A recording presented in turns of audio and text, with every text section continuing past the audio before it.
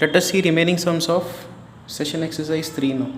Solved example 35. Integrate from 1 to 2 gf of x square raised to x plus x raised to of x square dx. Now यहाँ पे x जो है 1 और 2 के बीच में लाई कर रहा है, तो x स्क्वायर किसके बीच में लाई करेगा? 1 और 4 के बीच में. तो जी एफ ऑफ एक्स स्क्वायर की वैल्यूज़ क्या क्या आएंगी? जी एफ ऑफ एक्स स्क्वायर की वैल्यू आ सकती है 1, g f of x square की वैल्यू आ सकती है 2, जी एफ ऑफ एक्स स्क्वायर की वैल्यू आ सकती है 3. नाउ ये जी एफ ऑफ एक्स स्क्वायर की वैल्यू 1 कब आएगी? जब x लाई करेगा 1 और 2 के बीच में. ये आएगी जब x लाई करेगा एक्स स्क्वायर जब लाई करेगा 1 और 2 के बीच में. यहाँ पे एक्स स्क्वायर लाई करेगा 2 और 3 के बीच में. यहाँ पे एक्स स्क्वायर लाई करेगा 3 और 4 के बीच में. मतलब x कहाँ लाई कर रहा है? x is lying between 1 and √2. यहाँ पे x is lying between √2 and √3. यहाँ पे x is lying between √3 and 2. So 1 to √2, √2 से √3, √3 से 2, ऐसे इसको ब्रेक करना है. So it will become like this, 1 से लेकर √2, √2 से लेकर √3 एंड √3 से लेकर 2. नाउ यहाँ पे इसकी value 1, g f of x square 1 है, तो क्या आएगा 1, तो यहाँ पे आएगा 1 plus g f of x square की वैल्यू कितनी है 1, तो x आ जाएगा. अब इस इंटरवल के बीच में जी एफ ऑफ एक्स स्क्वायर 2 है, तो एक्स स्क्वायर आ जाएगा यहाँ पे, और यहाँ पे 2 रेज टू एक्स आ जाएगा. यहाँ पे इसकी वैल्यू 3 है, तो x cube plus 3 raise to x.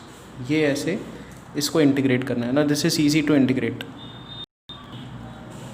Next is integrate from 0 to 2 pi, पूरा 360 degrees, and it is mod of sine x plus mod of cos x, mod of sine x plus mod of cos x d x.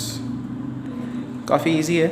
0 से π/2. First quadrant में दोनों positive, तो sine plus cos. Second quadrant π/2 से लेकर pi, it is sine positive होता है, cos negative dx, plus third quadrant π/2 से लेकर 3π/2, दोनों नेगेटिव, एंड फोर्थ क्वाड्रेंट 3π/2 से लेकर 2π. Sine is negative, cos is positive. बस इसको इंटीग्रेट कर देना है. Next is solve example 37. Find the value of definite integral from 0 to π/2, and it is sine of mod 2x minus alpha dx, where alpha belongs to 0 to pi is. इसका value क्या है? तो इसमें हम लोग क्या करेंगे? 2x माइनस अल्फ़ा को t पुट करेंगे. 2x minus alpha is equal to t. So dx बनेगा dt/2. dx is dt/2. This is sine of mod t. Now see, x lie कर रहा है 0 और π/2 के बीच में. सो 2x कहाँ लाई करेगा? इस इंटरवल में. 2x माइनस अल्फ़ा कहाँ लाई करेगा? ऐसा आ जाएगा. तो इसका मतलब, अच्छा, अल्फ़ा की भी उन्होंने वैल्यू दी हुई है. Alpha belongs to 0 to pi. Alpha एक पॉजिटिव नंबर है 0 to पाई, तो मतलब ये एक नेगेटिव टर्म है, बीच में 0 आएगा और फिर एक पॉजिटिव टर्म आ रहा है. ठीक है. सो हम लोग क्या करेंगे यहाँ पे, t की जो इंटरवल है, t की इंटरवल आपके पास आ गई, और ये इंटीग्रल भी t के टर्म्स में है. तो अब इस इंटरवल का रेंज कहाँ से स्टार्ट होगा? माइनस अल्फ़ा से लेकर पाई माइनस अल्फ़ा. पर यहाँ पे मॉड t है, तो इसलिए अब क्या करेंगे? माइनस अल्फ़ा से 0 और फिर 0 से पाई माइनस अल्फ़ा. यहाँ पे साइन t आ जाएगा dt/2, यहाँ पे माइनस साइन t आएगा dt/2. क्यों? क्योंकि इस इंटरवल में जो t है वो नेगेटिव है, इसलिए मॉड क्या करेगा? माइनस t रख देगा उसको. तो माइनस साइन t dt/2, यहाँ पे उसके आगे 0 के आगे साइन t dt/2. इन दोनों को करना है इंटीग्रेट, लिमिट्स लगाने हैं एंड कैलकुलेट करना है. Next is solve example 38.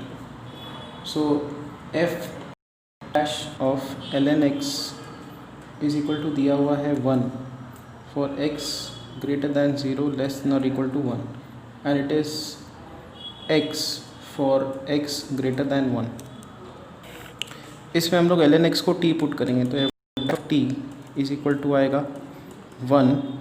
Now see ln x को हमने t पुट किया है, तो x क्या होगा e रेज टू t, तो यहाँ पे आएगा 0 e raise to t and यहाँ पे 1, यहाँ पे x आएगा e raise to t when x मतलब e raise to t is greater than 1, so f dash of t is equal to आएगा 1।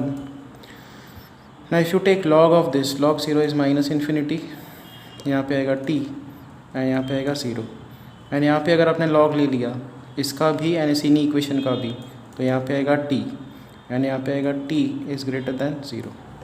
सो t ग्रेटर दैन 0 के लिए ये फंक्शन है, t लेस दैन 0 के लिए ये फंक्शन है।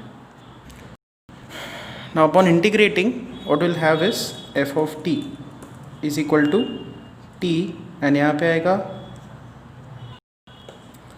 इसका integral t plus constant k1 when t lies between less than 0 and यहाँ पे e रेज टू t था, e रेज टू t का integral e raise to t plus constant k2 when t is greater than 0, ये दिया हुआ है।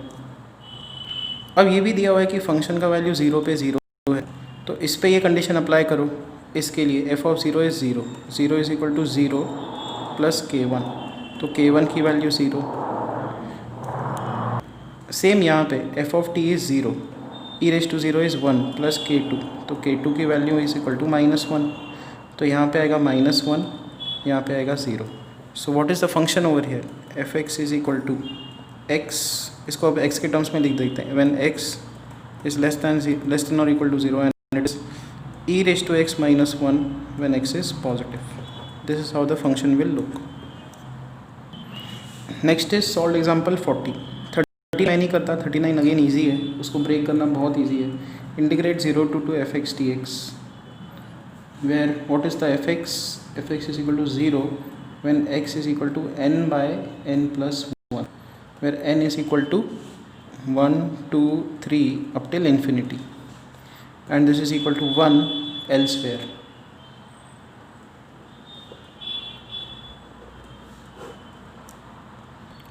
अब देखो n की कोई भी वैल्यू पुट करो, ये टर्म हमें 1 से छोटा है, तो इंटीग्रल 0 से लेकर 1 एफ एक्स टी एक्स अलग होगा, और 1 से लेकर 2, 1 से लेकर 2 एल्सवेयर वाला कंडीशन यहाँ पे अप्लाई होगा, तो यहाँ पे 1 dx आ जाएगा। तो कैसा हो रहा है कि यहाँ पे इंटीग्रेशन 0 to n की वैल्यू आप 1 पुट करो, सो हाफ, इसके बीच में अगेन ये फंक्शन 1 dx, और बिल्कुल हाफ पॉइंट पे वो 0 आएगा, तो हाफ से लेकर अगला पॉइंट क्या होगा, n का वैल्यू 2 पुट करो, सो 2/3 1 dx।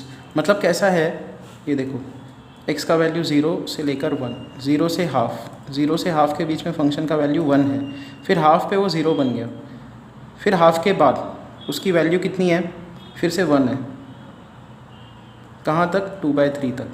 तो ऐसे फंक्शन को झटके लग रहे हैं, यहाँ से लेकर यहाँ तक, फिर यहाँ से लेकर यहाँ तक, फिर यहाँ से लेकर यहाँ तक, तो ऐसे इन्फानाइट सब इंटरवल्स हैं। तो इसको इन्फानाइट सब इंटरवल्स में ब्रेक करते हैं, 2/3 से लेकर 3/4 1 dx and so on. Last में तो ये है ही, ये आएगा x limits 1 to 2। So again यहाँ पे इंटीग्रल आएगा x, अपर लोअर लिमिट लगाओगे तो हाफ, यहाँ पे आएगा 2/3 माइनस हाफ, यहाँ पे आएगा 3/4 माइनस 2/3 एंड सो ऑन, यहाँ पे आएगा 1। So this is equal to, सारे टर्म्स कैंसिल आउट होते जाएंगे। तो क्या हुआ कि हमने 3 टर्म लिए, तो क्या क्या बच गया, देखो ये वाला टर्म बच गया, क्योंकि ये इसके साथ गया, ये इसके साथ गया, तो ये वाला टर्म बच गया। अब ये वाला टर्म जब आप इन्फिनाइट इंटरवल्स ले लोगे तो क्या बचा हुआ होगा, यहाँ पे n/n+1 ये बचा हुआ होगा +1। अब लिमिट ले लो as n tends to infinity, so as n tends to infinity n यहाँ पे कॉमन निकालो, n यहाँ पे कॉमन निकालो, तो यहाँ पे आएगा limit as n tends to infinity 1/1 + 1/n + 1। और ये समझा भी जा सकता है, मान लो n को बहुत बड़ा नंबर बना दो, 10,000/10,000 + 1, ये अप्रॉक्सीमेटली 1 होगा। So this is n tends to infinity करोगे तो ये 1 आएगा, 1 + 1 is 2 is the answer।